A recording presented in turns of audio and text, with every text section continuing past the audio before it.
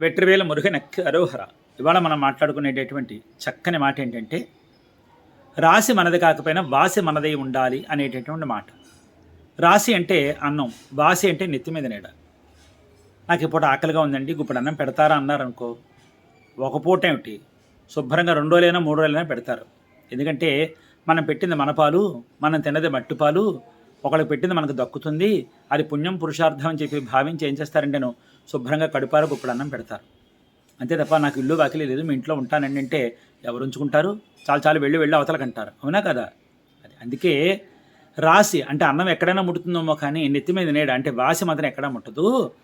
కాస్త కాళ్ళల్లో ఓపుకున్నవాడు అంటే ఒంట్లో ఓపుకున్నప్పుడే రూపాయి కూడ తీసుకుని రాశి మనది కాకపోయినా పర్వాలేదర్రా, వాసి మాత్రం మనది ఏర్పాటు చేసుకుంటారా అని చెప్పి మన పెద్దవాళ్ళు మనకి హితబోధ చేస్తున్నారన్నమాట.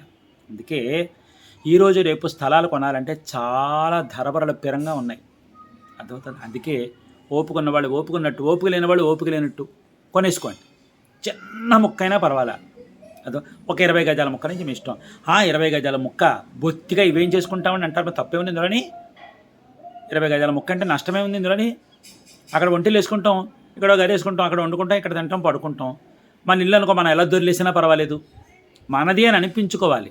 4 పక్కల 4 రేకులు నెత్తి మీద రేకు పడేసామనుకో అలా పడి ఉంటుంది. కలుగునేది ఏదో పచ్చడి మీద ఏదో తింటాం. మన ఇంట్లో మనం ఏం తిన్నా పర్వాలేదు, ఎలా దొరికినా పర్వాలేదు. రేపు పొద్దున కాలు చేయి కూడా తీసుకున్న తర్వాత ఇంతకంటే పెద్ద స్థలము తీసుకోవచ్చు.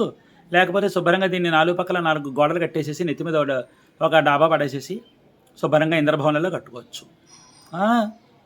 తెలిసిందా? ఓపుకున్న వాళ్ళు ఓపుకున్నట్టు, ఓపిక లేని వాళ్ళు ఓపిక లేనట్టు చిన్న స్థలమైనా సరే తీసేసుకోండి.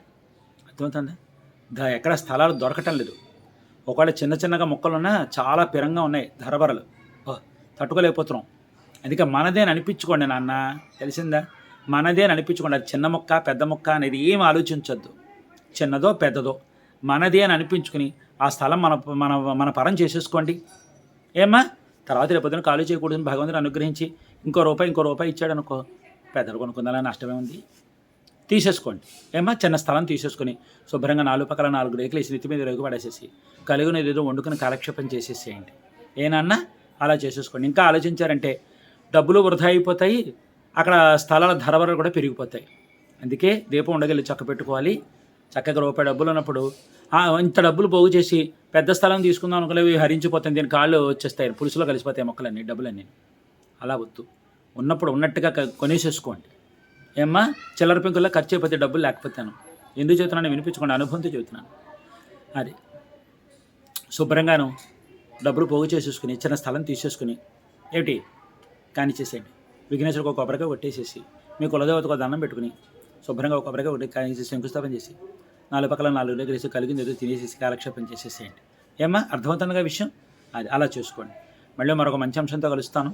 అంతవరకు సెలవు. మరి సర్వే జన సుఖినో భవంతు, సమస్త సన్మంగళాని భవంతు, సర్వం శ్రీ సుబ్రహ్మణ్యేశ్వరార్పణమస్తు. శుభం భూయాత్. ఉంటాను నాన్న మరి.